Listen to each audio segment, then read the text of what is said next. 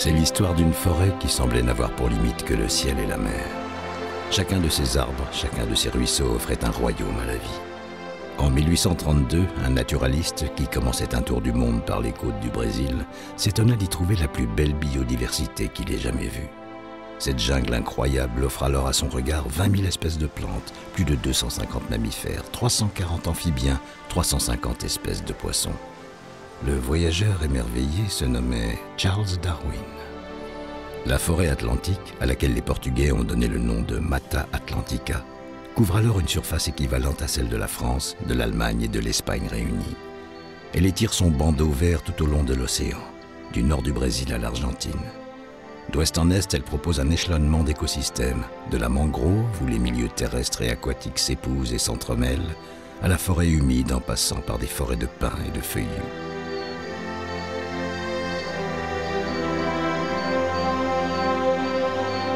Cette forêt semblait pouvoir défier l'éternité. Mais l'éternité, ce fut cela.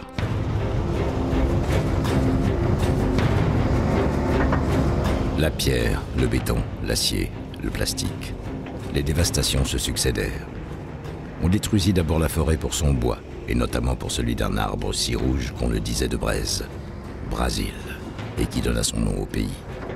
Puis il fallut déboiser pour faire place à des plantations de café.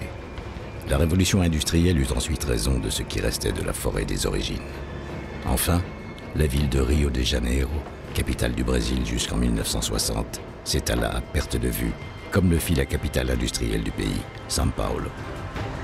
Pour nourrir les hommes, on déboisa encore, en vue de cultiver la terre ou de la donner en pâture aux troupeaux.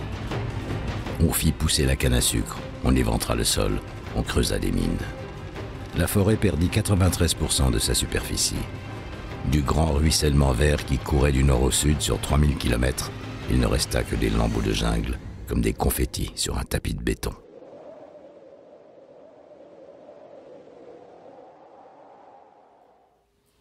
Cependant, un miracle se produisit.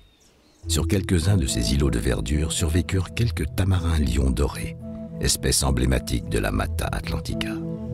Leur nombre n'était pas suffisant pour que l'espèce reste viable. Pourtant, en réintroduisant des individus venus de zoos et de réserves du monde entier, on fit passer la population de 200